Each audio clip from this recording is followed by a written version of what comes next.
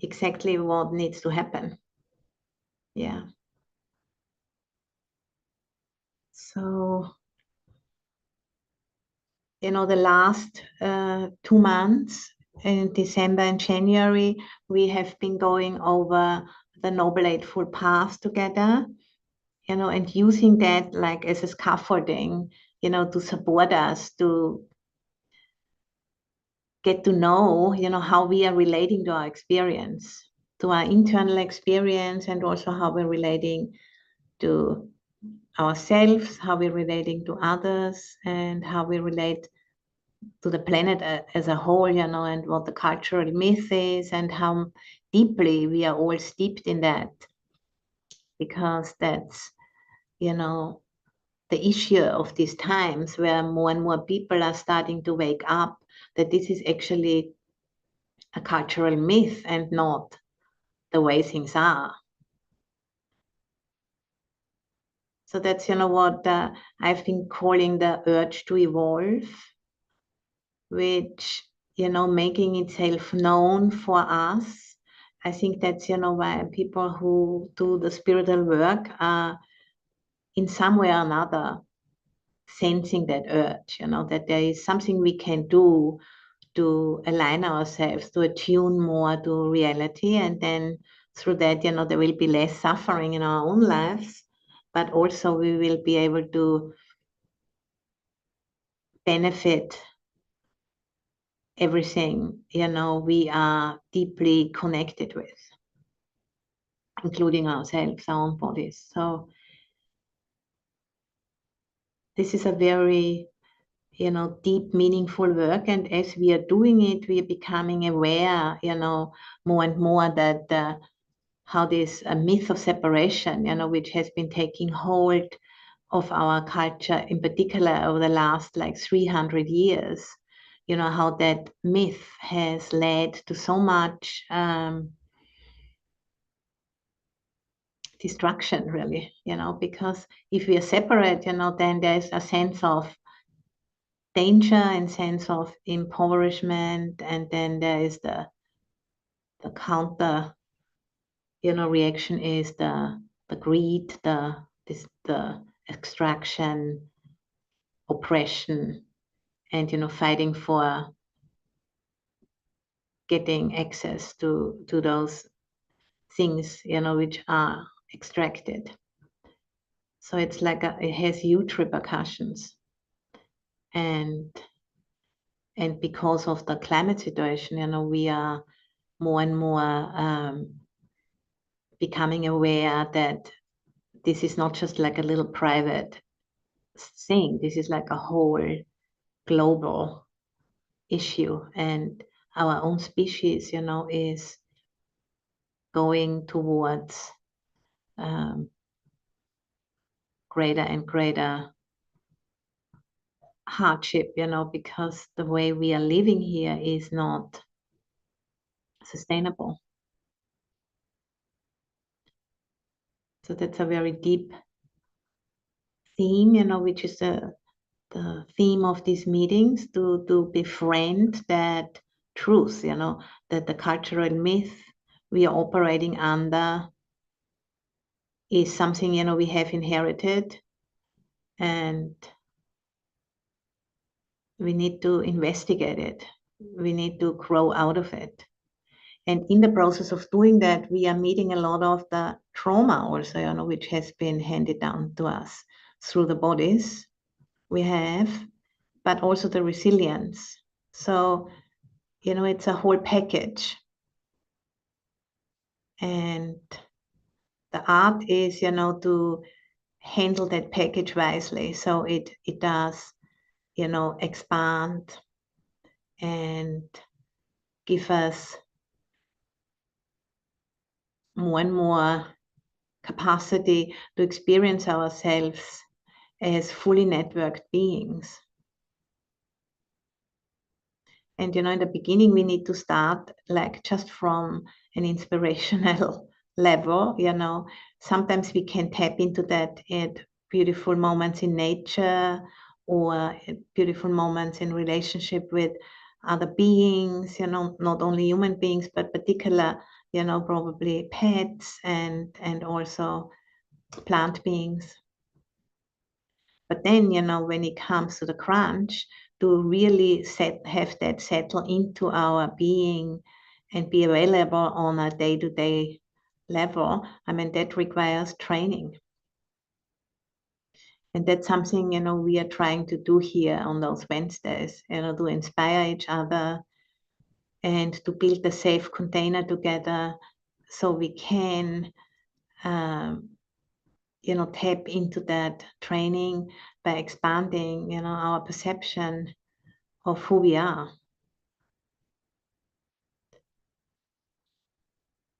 So let's just, start by grounding ourselves for a few moments, just, noticing where you're sitting right now.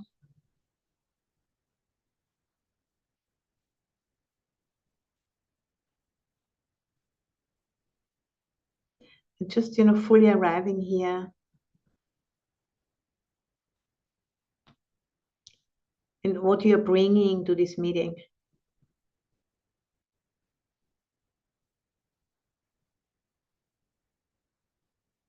So you're taking a screenshot of your inner space, your body, your heart,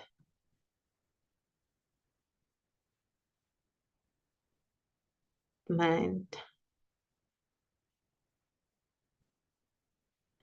And whatever you find, can stay exactly as it is. Just infusing it with awareness. And no matter, how we feel and what we bring, just welcoming it with a yes.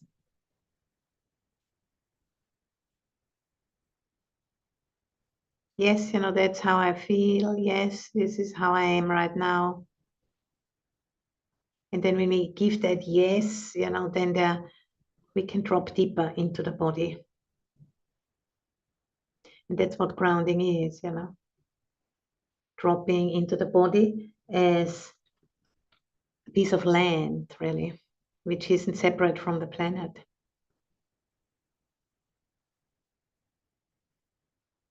It's just saying yes to whatever we are bringing. And then, taking deep breath and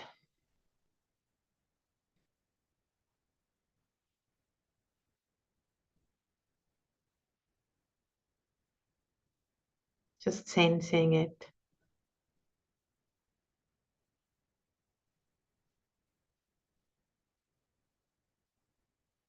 And maybe if you like, you can prolong a little bit the exhalation.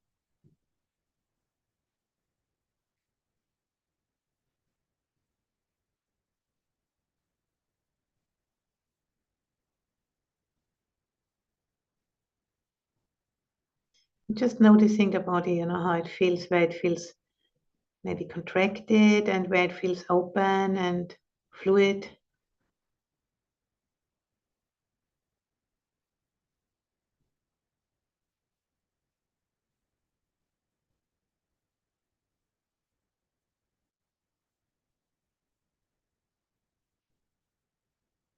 Whatever is there, just letting it be with us as part of how we are right now.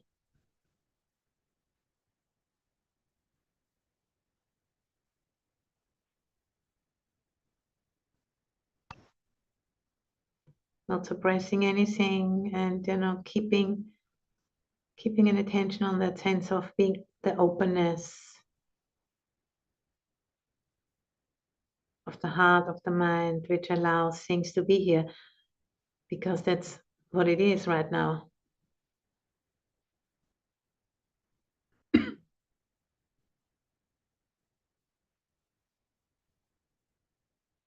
To be embodied.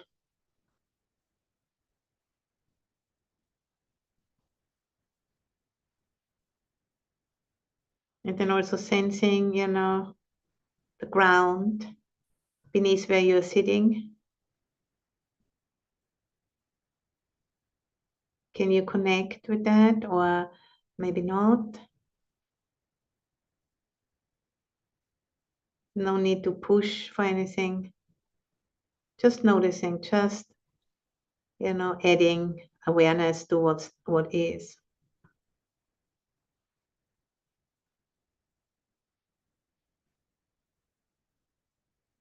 And if you can, you connect with the soil that carries you where you are sitting.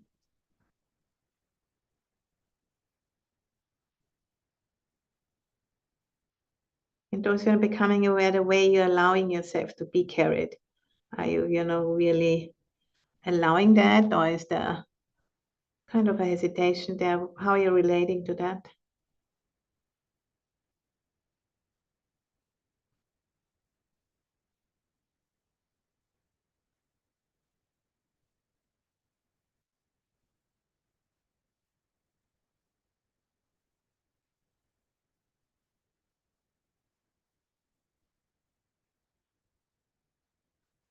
So as you're allowing yourself to arrive, there where you're sitting,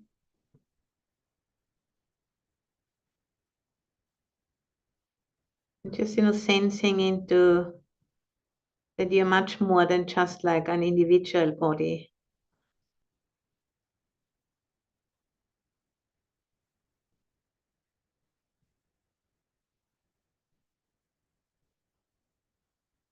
We are part of a living system.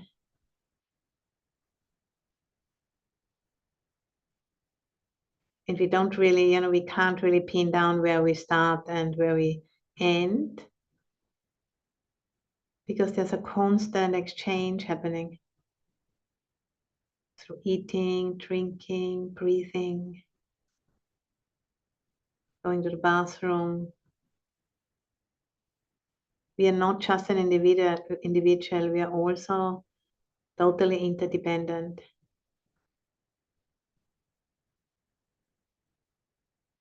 And through that, we are part of the ecosystem.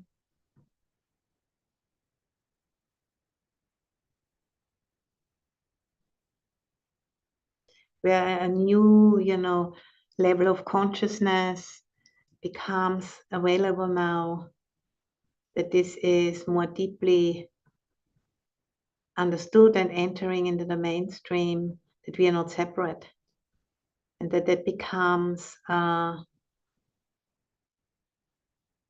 perception which is available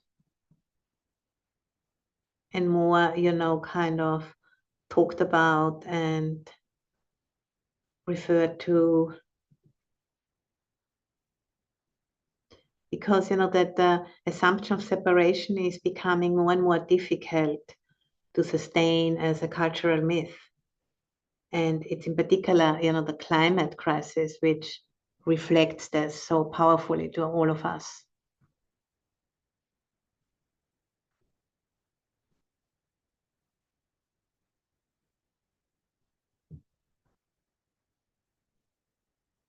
So that myth is no longer sustainable.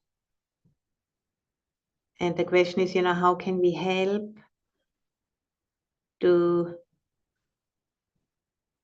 oil the wheels of that shift, which is already underway? How can we participate and be kind of, midwives or doulas of that shift? Surely, by training ourselves in it,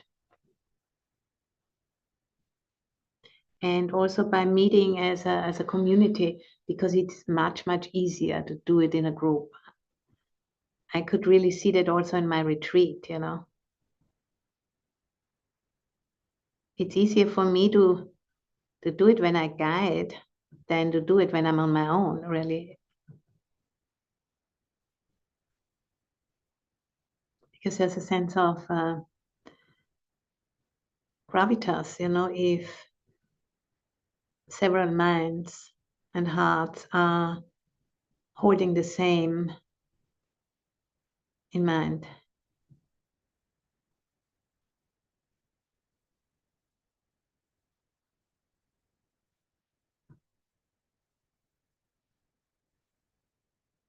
That's the beauty of community.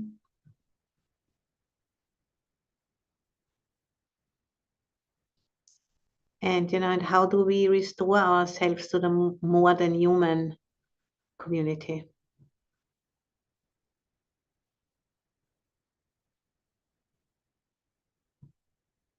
And I think is by really doing these practices. That's like part of the healing. Because as we are doing these practices, on the cushion on the chair, then something starts to get activated and trained, and then we're gonna bring that back out into the world, to our friendships and into our communities and into our ways, how we are living, how we are consuming, how we are making decisions. It's something which is slowly, kind of infiltrating the system.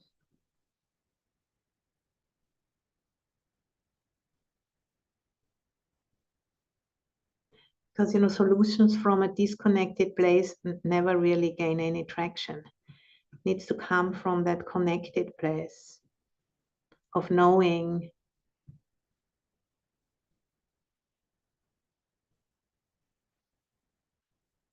our deep embeddedness in the web of life. And we need to start where we are,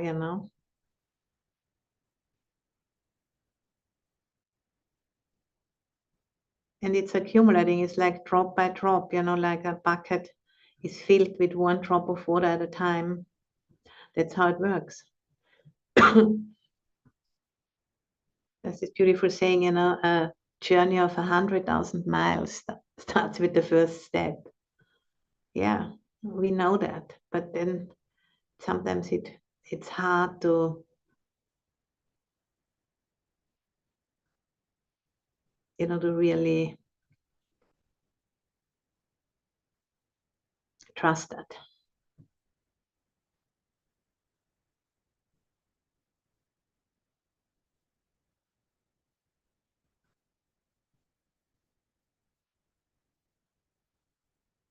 Hard to trust it, when the storm is shaking us all over the place. So what we can remember is to just ground, ground, ground.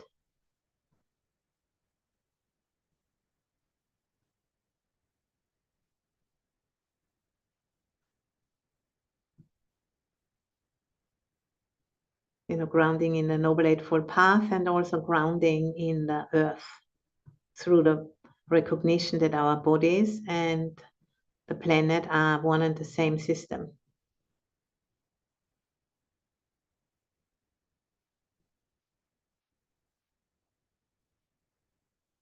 It's this kind of, double practice. And I feel, the Buddha statue where the Buddha is touching the earth, which is actually the Buddha statue we have here at the Earth Room, a beautiful marble statue from Burma, with the Buddha is having the earth touching mudra with his right hand. So, Buddha is the sum total of his teaching, the Noble Eightfold Path. That's the grounding, for the way we relate to our experience.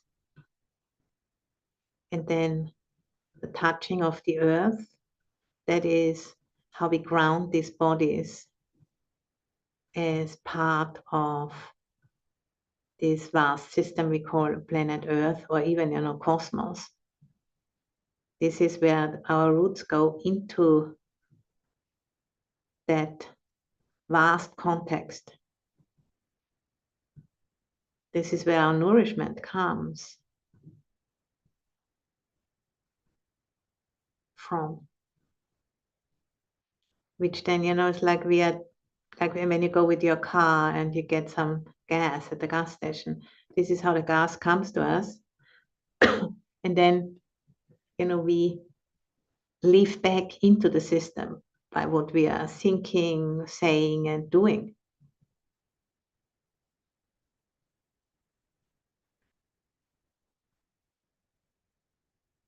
It's a give and take.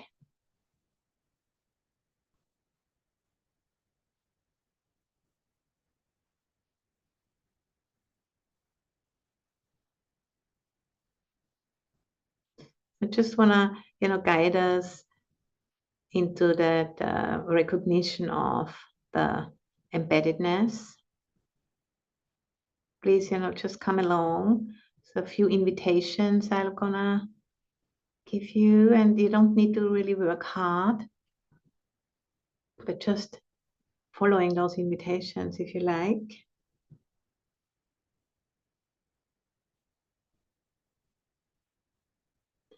There's many systems, working in our bodies, doing their best, every moment without us needing to get involved. And there's so many systems, like that. We can start by recognizing those, which are operating in our bodies. And sometimes, if some of us maybe are not very healthy or not, or at the moment, not feeling well, then maybe some of those systems might be out of sync. And the first, we can immediately connect with is the breathing, the respiratory system. Respiratory system.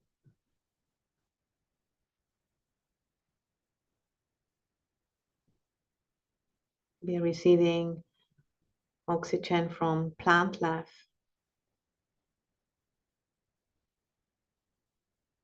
It's already an incredible miracle, of interdependence.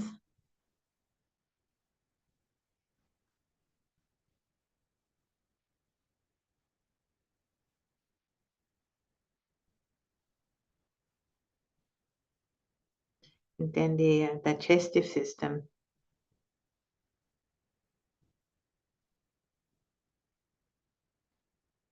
When we are eating, drinking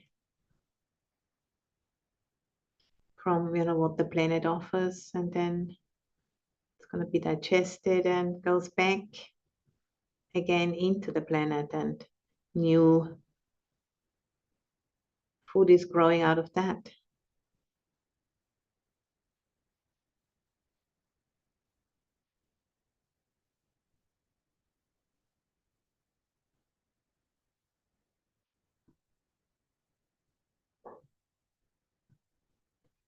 Then the circulatory system, the bloodstream. The heart is pumping that without us, doing anything.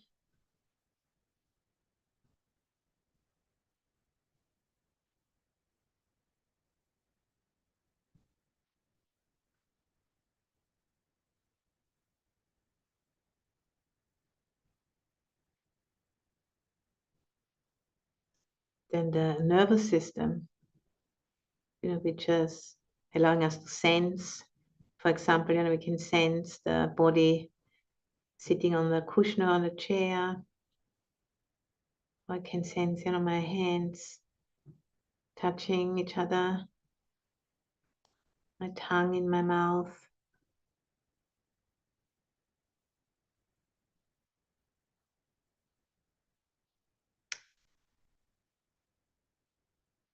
And then the system of the other fluids which are distributed through the body which consists over 70% of water.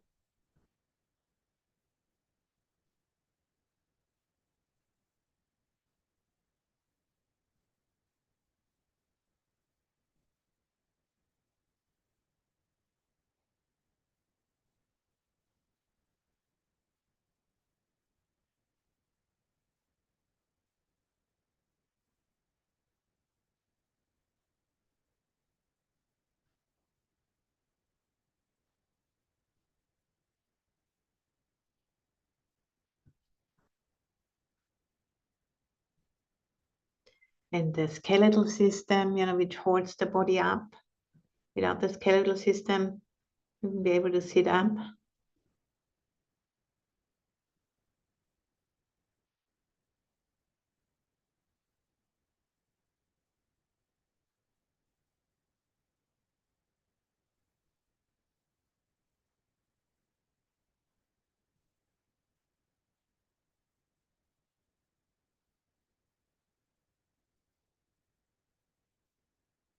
And the endocrine system, the hormone system.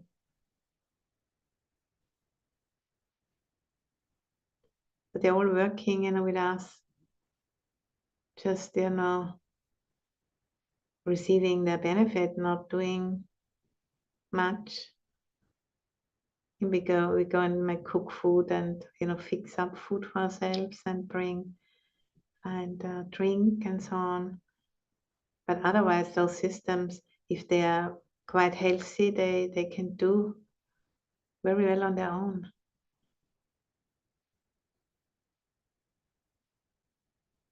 And then the whole planet, has also many systems going.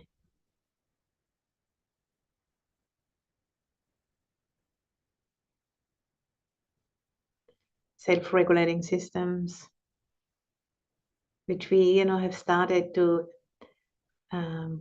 intrude upon with our ways of extracting and treating the planet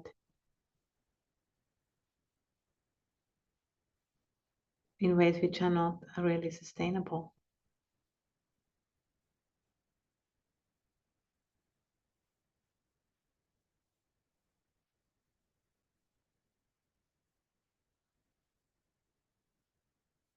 So, seeing the fragility, not just of our own bodies, with all of those systems, even if they're going well right now, who knows? And we need to, care in order to have them continue to work well. The same for the planet.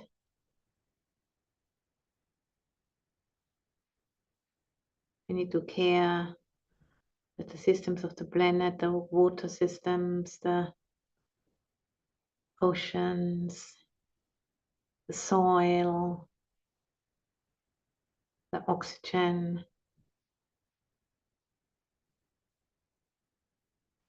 the currents, and the winds and the waters.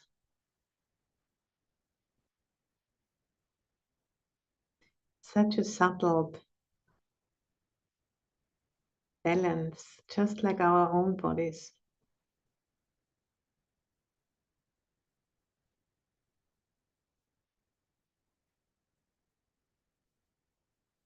And just, allowing that very simple truth to drop into the body.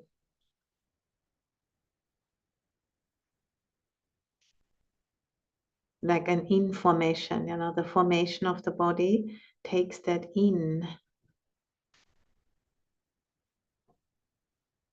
allowing that to be somehow integrated by providing the openness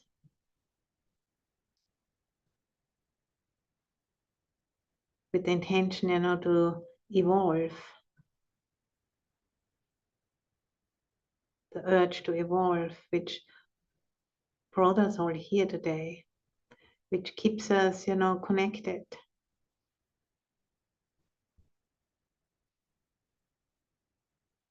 Connected to ourselves, connected to each other, and connected to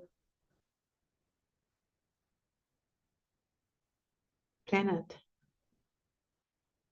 and what is happening on the planet now.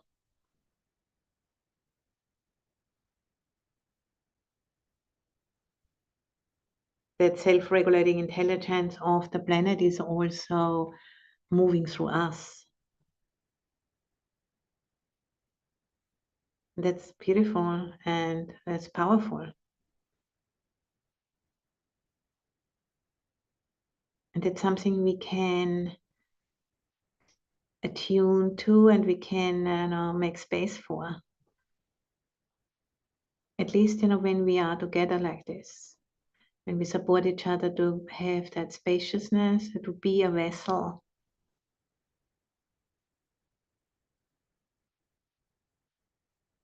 For that, which is when we are like more in an intellectual mode, then we get overwhelmed. We don't know what to do next, how to deal with all of this.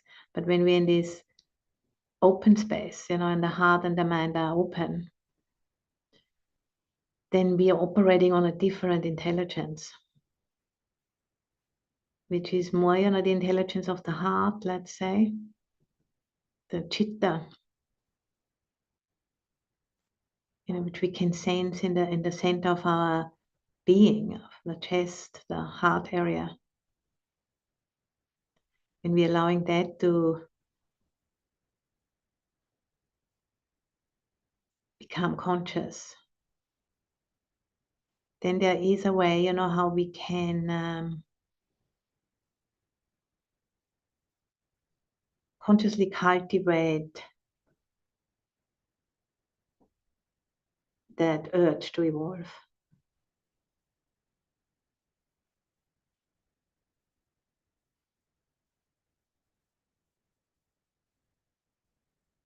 That's something we definitely can do. And we are already doing it.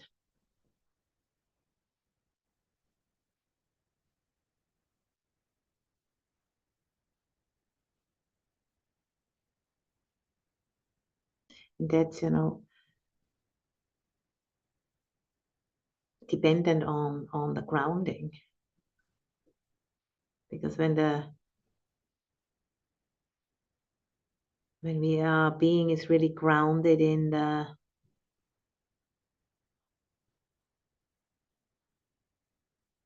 system of the ecosystem, then we can, then there are those doors of perception, they are starting to open. And then we have this direct experience.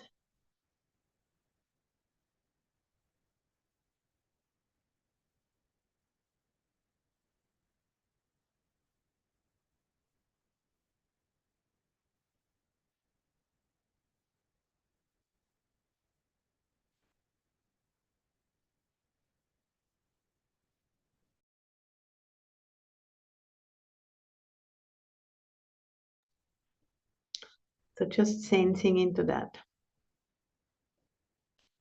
The aliveness,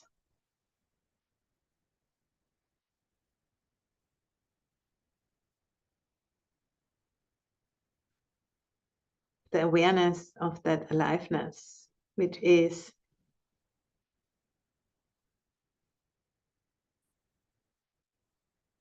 one and the same experience. The aliveness is that which is aware.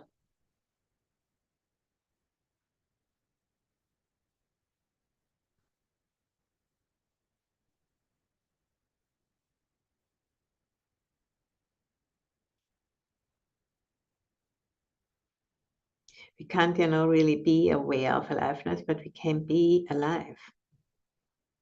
And we can know that we are alive.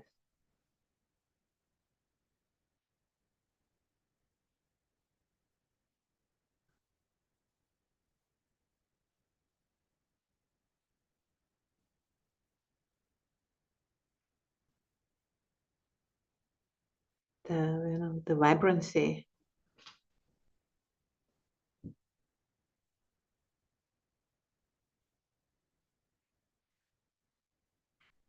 We can sense, in the body.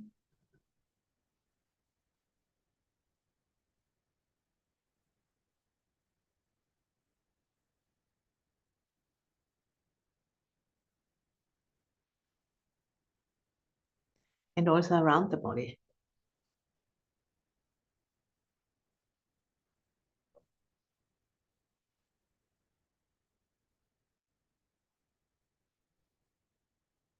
And maybe even, can hear a hum. Or my first teacher, actually second teacher, Arjun Sumedho, he called it like the sound of silence. A high-pitched sound.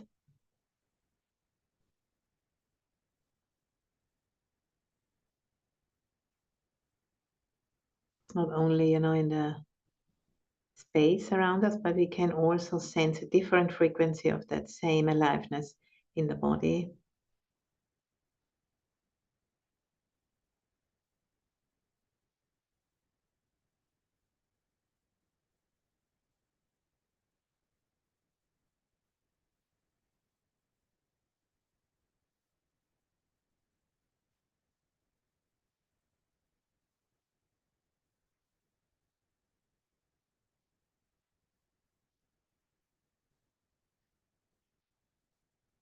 Just, being with that experience.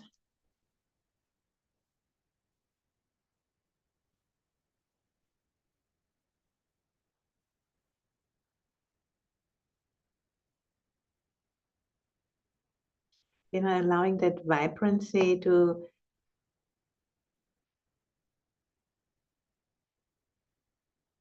shake up some of these old patterns of assumptions, shaking them loose.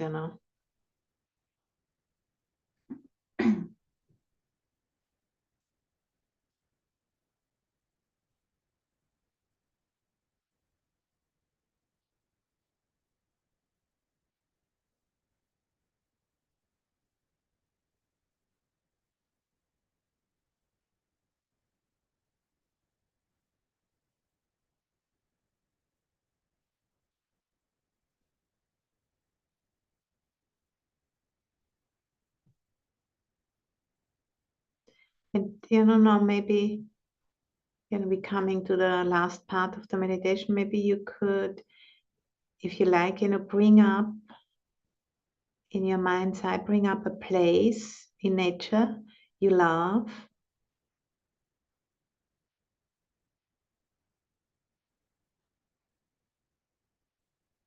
Just let it come to you. Actually, whatever that place is going to be, you might be surprised.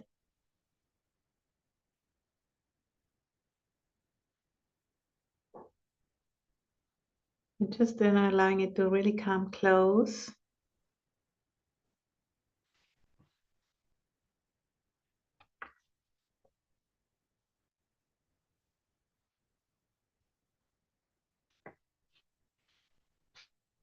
And see, if you can feel your love for that place. Maybe it's a place from childhood. Maybe it's a place close by where you live now. So as you feel that love for that place, what happens?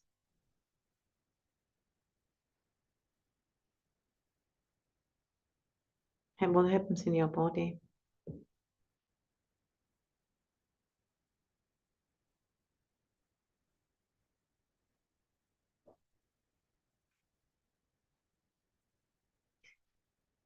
And then also, feel the love that place has for you.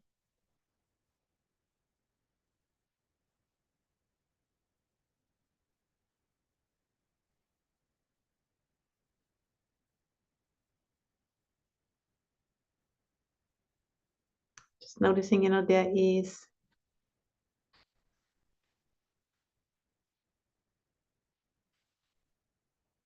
a way for us, to relate, which we can bring back into our lives.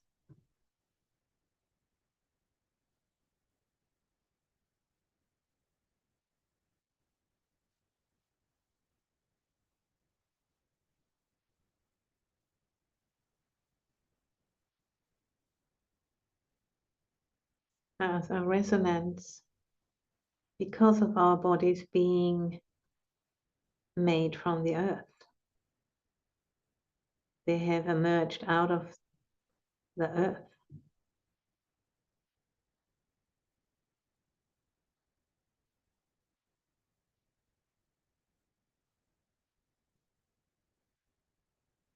And because of our cultural myth, because of the conditioning, that's a perception we need to train in. It doesn't come easy. It needs dedication, like learning, not learning a skill.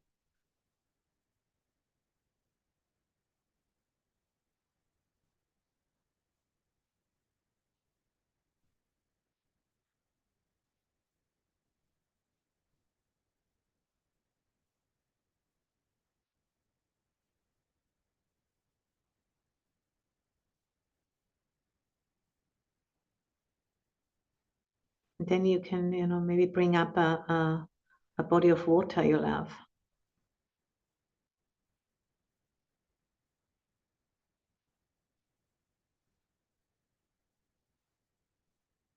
And feeling your love for that body of water, maybe a lake or the ocean or a creek somewhere.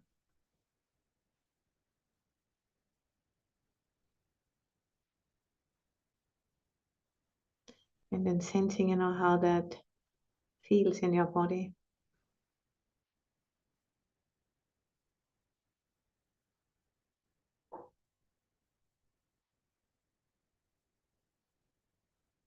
And then, if you can sense also the love of that body of water for you,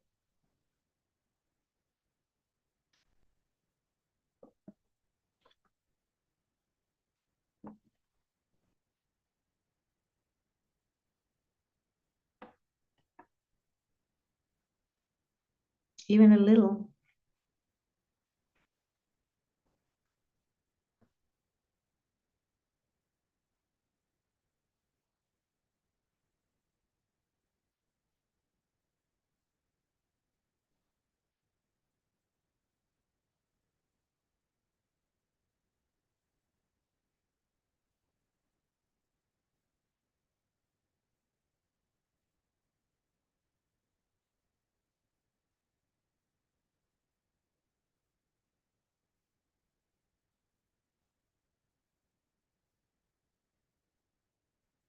So just, really, that's our own interbeing nature,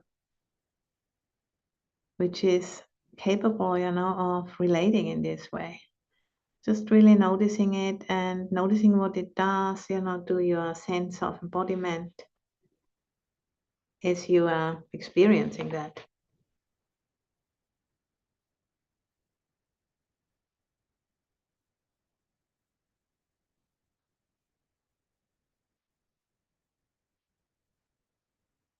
And, sensing into that, feeling into that interconnection, that's a skill which needs to be trained at this time by us. And we're already doing it.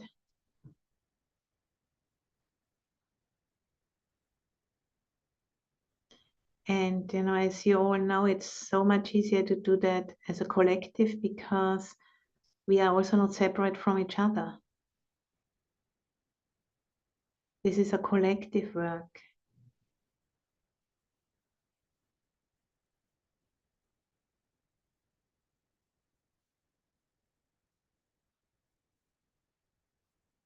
This is not something we can do so well on our own.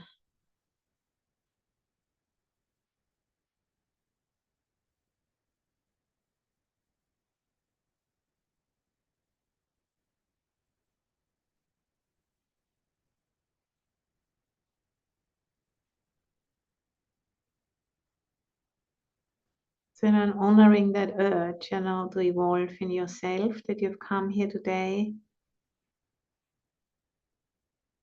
with a wish to heal and to integrate, restore, and evolve, to build to be part of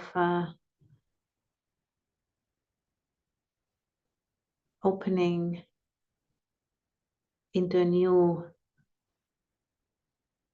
perception for generations to come, to walk into a bigger space.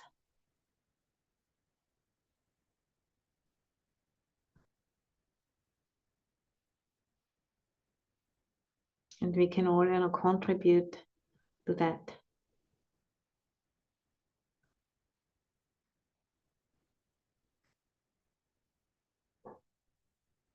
And in particular, together as a group, even if it's only a small group, but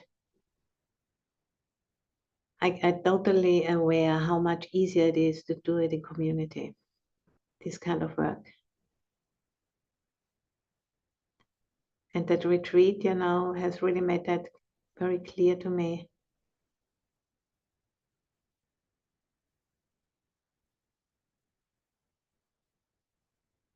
There's still, other work to be done too, which is very well done on retreat, but this particular level of work, especially now, as it is still new or newish, it needs that support.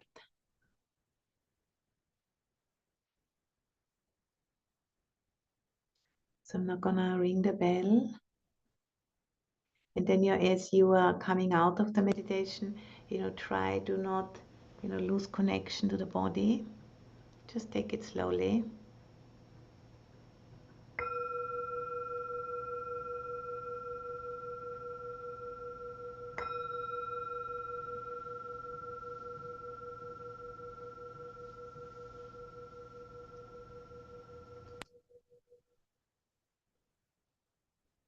And then as you're opening your eyes slowly, just, looking through the Zoom room, with whom are you here?